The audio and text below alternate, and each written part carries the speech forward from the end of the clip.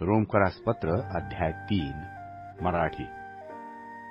रोमकरासपत्र अध्याय 3 रोमकरासपत्र अध्याय 3 आक्षेपांना उत्तरे. तर मग यहुद्यांची श्रेष्ठता ती काय आणि सुन्नतेचा लाभ तो काय? सर्व बाजूंनी पुष्कळच आहे. प्रथम हे की परमेश्वर वचने त्यास सोपवलेली होती. कित्येकांनी विश्वास ठेवला नाही तरी काय झाले? त्यांच्या विश्वासहीनतेमुळे परमेश्वराची विश्वसनीयता व्यर्थ होईल काय? असे न हो. त्यापेक्षा परमेश्वर खरा ठरो आणि प्रत्येक मनुष्य खोटा असा हो. शास्त्रलेख म्हणतो की तू आपल्या वचनात नीतिमान ठरावे आणि तुझा न्याय होत असता तुला जय मिळावा. तरी पण आपल्या अनीतीमुळे परमेश्वराचे नीतिमत्व स्थापित होते. तर यावरून काय म्हणावे? परमेश्वर जो शासन करता तो अनीतिमान आहे असे म्हणावे काय? मी मानवी व्यवहाराप्रमाणे बोलतो. असे न हो. असे झाले तर परमेश्वर जगाचा न्याय कसा करील? तसेच माझ्या असत्याने परमेश्वराचे सत्य त्याच्या गौरवाला अतिसंवर्धक झाले तर मग माझा न्याय पापी मनुष्यांचा होतो तसा का व्हावा? बरे होण्यासाठी आपण वाईट करूया असे का म्हणू नये? आम्ही असेच म्हणतो. असा किती एक लोक आम्हावर आळ घालतात. अशांना दंडाज्ञा व्हावी हेच यथा न्याय आहे. मनुष्य प्राणी पातकी आहे, नीतिमान कोणी नाही. मनुष्य प्राणी पातकी आहे, नीतिमान कोणी नाही. तर मग कसे? आपण श्रेष्ठ आहो काय? मुळीच नाही. कारण यहुदी व हेलेनी ही उभयता पापवश आहेत असा आरोप आम्ही सर्वावर अगोदरच ठेवला आहे. शास्त्रलेख म्हणतो, नीतिमान कोणी नाही, एक देखील नाही. जाणता कोणी नाही, परमेश्वराचा शोध करणारा कोणी नाही. सर्व बहकले आहेत, ते एकंदर निरुपयोगी झाले आहेत. सत्कर्म करणारा असा कोणी नाही, एकही नाही. त्यांचा घसा केवळ उघडे थडे आहे. त्यांनी आपल्या जिभांनी कपट केले आहे. त्यांच्या ओठांच्या आत जोगी सर्पाचे विष आहे.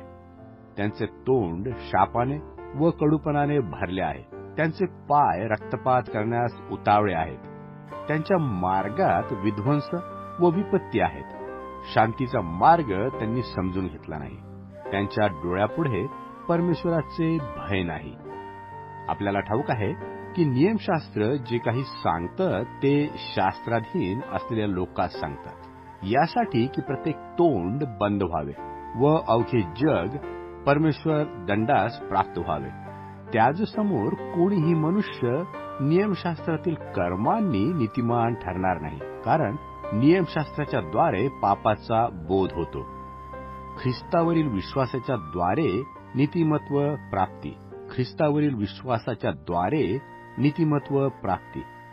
आता नियमशास्त्रविरहित असे जे परमेश्वराचे नीतिमत्व ते प्रगट झाले आहे, त्यास नियमशास्त्राची व संदेष्टाची साक्ष आहे. हे परमेश्वराचे नीतिमत्व येशू ख्रिस्तावरील विश्वासाच्या द्वारे सर्व विश्वास ठेवणाऱ्यासाठी आहे. त्यात भेद नाही.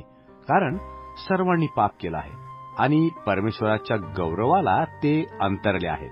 ते ख्रिस्त येशूने खंडणी भरून प्राप्त केलेल्या तारणाच्या द्वारे परमेश्वराच्या कृपेने मोबदल्या वाचून नीतिमान ठरतात. त्याच्या रक्ताने विश्वासाच्या द्वारे प्रायश्चित्त होण्यास परमेश्वराने त्याला पुढे पाठविले, यासाठी की पूर्वी झालेल्या पापांची परमेश्वराच्या सहनशीलतेने उपेक्षा झाल्यामुळे त्याने आपले नीतिमत्व व्यक्त करावे.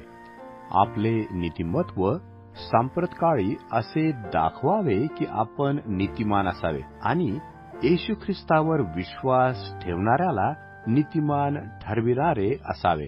तर मग फुशारकी मारणे कोठे? ती बाहेरच्या बाहेर राहून गेली. कोणत्या प्रकारच्या नियमाने? कर्माच्या का? नाही, तर विश्वासाच्या नियमाने.